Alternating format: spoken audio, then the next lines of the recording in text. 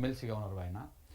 So ఈ పాట వింటుంటే నాకు సాయి చంద్ అన్న గుర్తొస్తున్నాడు నిజంగా కూడా.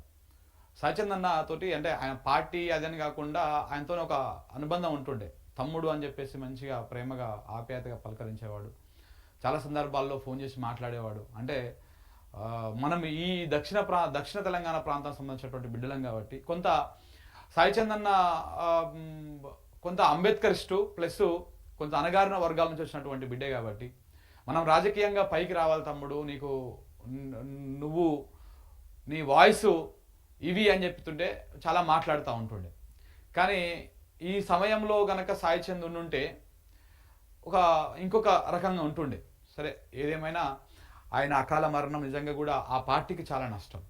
సో ఇదంతా పక్కన పెడితే ఇవాళ ఇట్లా పాట రూపంలో పాట ఎట్లా ఏకీకృతం చేస్తూ ఉన్నదో, ఎట్లా జాగృతం చేస్తూ ఉన్నదో మనము చూస్తూ ఉన్నాం.